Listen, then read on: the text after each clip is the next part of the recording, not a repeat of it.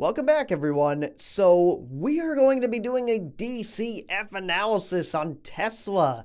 This isn't a video that I thought I would be doing for a little bit, but here we are. Now, the reason I say that is because before, Tesla has, let's just say, first of all, has had insane growth in the past year. But just based on metrics we had before, it was kind of really didn't make even sense to run a DCF model because I would run like a rough one and it just didn't really, Tesla looked insanely overvalued to the point where it wasn't even worth doing a model and really making a video on it. But after the insane Q1 for 2022 that they just had, I figured it was worth sort of more of my consideration and to look into the numbers again and see what we're looking at. Now, before we can run a model, we need to just talk about a few things. First of all, they just had a quarter, and I'm not talking year over year like Q1 versus Q1.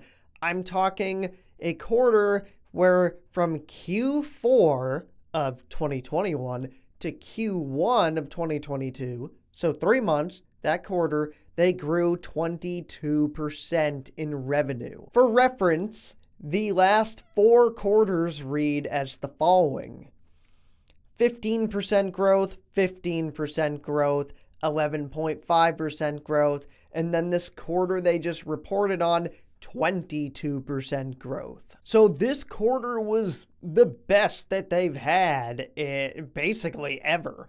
And not only in terms of the revenue growth they had and the numbers they're posting, but also their margins, which is another thing that kind of pushed me to want to do this DCF model now. Margins in terms of profit margin, whatever, are going up. But the one I was really interested in is free cash flow margin. Now, anyone who runs a DCF model on Tesla right now is going to do what people would normally do. They're going to base it on all of 2021's numbers, not look at Q1 of 2022, because whatever software they use or whatever doesn't account for numbers unless there's been a full year of them.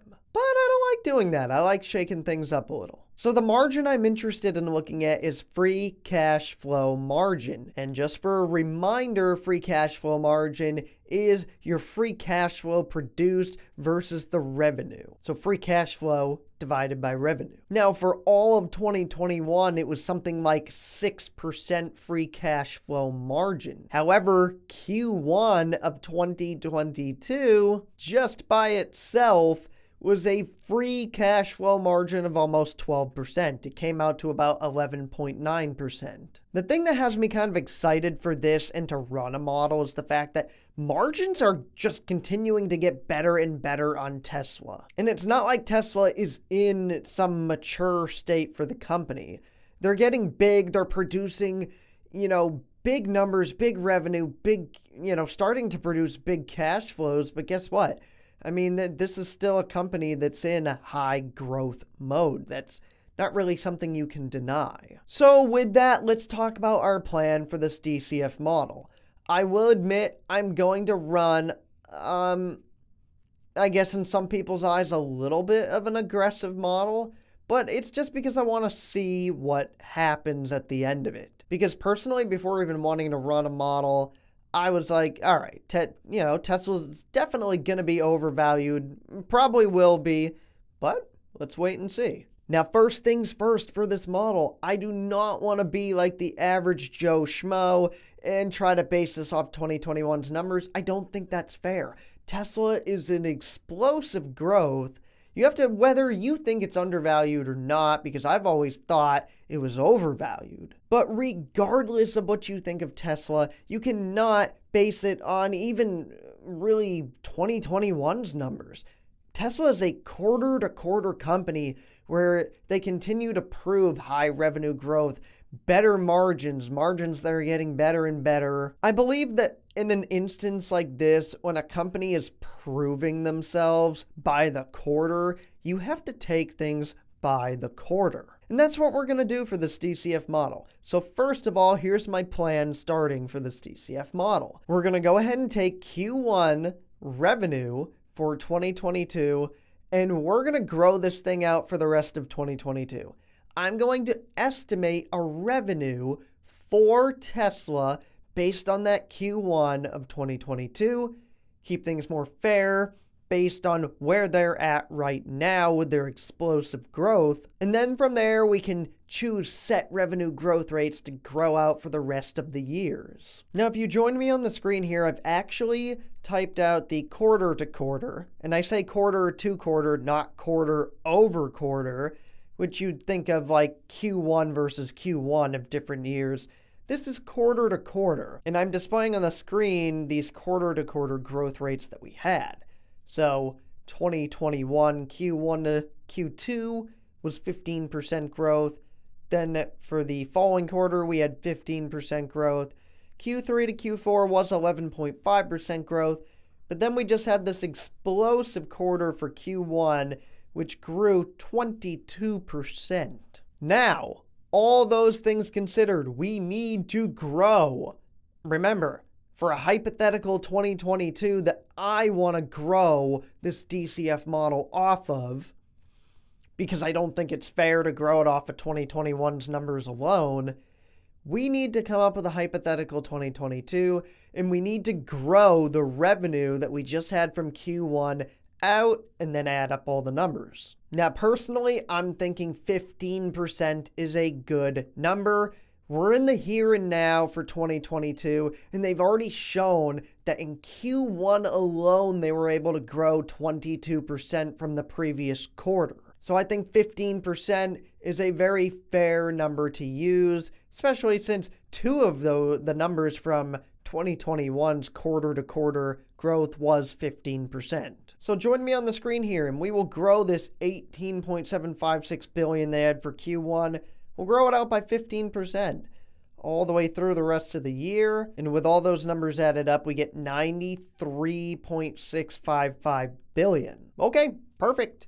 That's it. We've got our set number for 2022 for our DCF model. The only thing left to discuss before we run this model is two things. One, what's going to be our free cash flow margin? And two, what are the growth rates that we're going to use for revenue? Now, because Tesla is in such high growth, it only makes sense to run a 10-year model on them. Let's start with the revenue growth rates. So let's remember that Tesla has been growing insanely year over year, 60+% with ease. I do think they are still in high growth mode. So for the first 5-year period, we're going to apply 40% revenue growth rate. Yes, it's aggressive. As I said, I would somewhat be on this model, but at the same time, it's really not aggressive when you look at the insane growth that Tesla has had. Next, we need to look at the last 5 years for this 10-year model. In this case, I'm going to drop it to 20% revenue growth rate for the last 5 years out of the 10. I think this makes sense because even though I think Tesla is, a very successful company that's growing very aggressively right now, the law of big numbers has to come into effect at some point. Okay, great. Now we need our free cash flow margins that we would apply, and here we go. Remember, Q1 of 2022 was basically about 12%.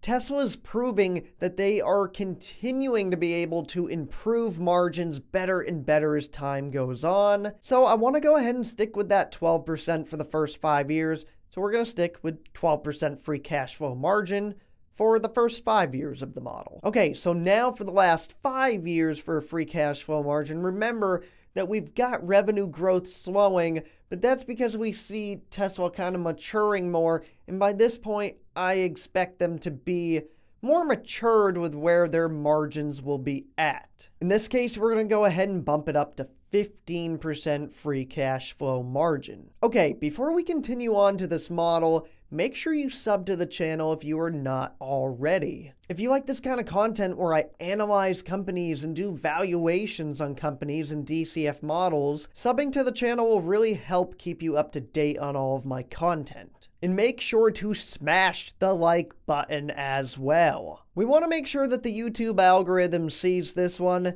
because I really feel good about this video in this DCF model I'm running, and this is a really fun one, so let's get into it. Okay, if you'll join me on the screen for this DCF model, you have the number that we sort of, hypothetically ran out for 2022 the rest of the way, which is roughly 93.6 billion. From there, we will grow it out 40% revenue growth rate. And that grows out all the way to the year 2026 at about 359.7 billion. We also continued the growth for the last 5 years with a 20% revenue growth rate and grew that all the way out to the year 2031, and that's at about 895.2 billion. Now remember we said we'd apply our free cash flow margins for projecting free cash flow into the future.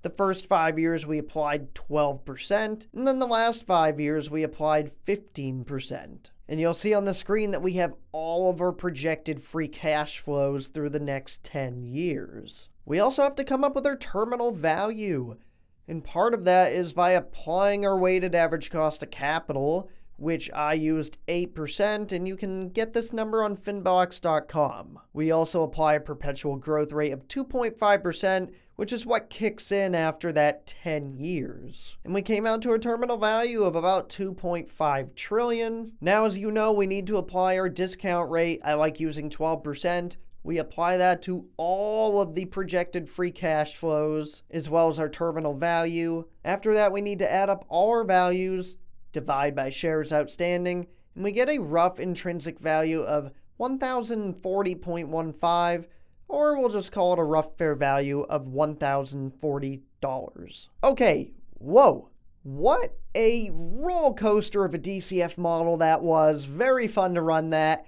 And one of my more intricate models that I've run. Lots of moving parts with that model. And I'm sure that some folks, either believe what they're seeing on the screen, they're like, I told you so with Tesla, or like me, you're in at least a little bit of shock and disbelief. The fair value for Tesla based upon this 10-year DCF model is $1,040 a share. The last share price I saw was around 870 after the little bit of a drop we had today. So, according to the model, Tesla's currently undervalued. It's kind of hard to believe because when I ran a rough model before, maybe it was 6 months ago or something, it just looked so overvalued. So overvalued. But when you've got a company that's growing so aggressively quarter over quarter, or rather I should say quarter to quarter, they're growing so insanely, just quarterly based, that you have to change your assumptions after every quarter that happens. Now, I will acknowledge that some will say you used extremely aggressive assumptions. And I will at least agree that for this model, I didn't exactly make conservative assumptions. I made assumptions based on how their growth has been. So again, let me repeat myself. I did not make conservative assumptions in this model. I made assumptions based on how Tesla's margins have been increasing. I made assumptions based on how explosive Tesla's growth has been. So I'm not pulling numbers out of thin air here. I just ran a model giving Tesla some due diligence. Again, by all means, this is not a conservative model. But this is a model based on how Tesla has been performing. 40% revenue growth rate over the next 5 years, tapers off to 20% for the last 5 years. They just had a free cash flow margin for the quarter they just reported of about 12%. I apply that to the next 5 years. Last 5 years, I bumped it up to 15%. I don't think these are really unreasonable numbers at all. I just must say I'm rather surprised, as I'm sure some would be, that think Tesla is insanely overvalued. I think what's happening is that as each quarter moves on, Tesla is moving further and further away from overvalued and getting closer to fair value, if not even undervalued. They're doing this by continuing to prove with each quarter that revenue growth is explosive and margins are getting better and better. Of course, part of this model does kind of bank on the idea that Tesla can continue to perform, so please keep that in mind as you watch this and before making any sort of financial decisions on your own. And this is, of course, not financial advice, but based upon the DCF model that we ran, Tesla is currently a little undervalued. Okay, everyone, thank you for joining me for this video. This was really, again, a very fun model to run. If you enjoyed the video, let me know down below. Let me know your thoughts on Tesla. Are you currently invested? Are you surprised with what this model yielded? Let me know all your thoughts down below in the comments. And that's all I've got for you guys in this video today, so I will see you in the next one.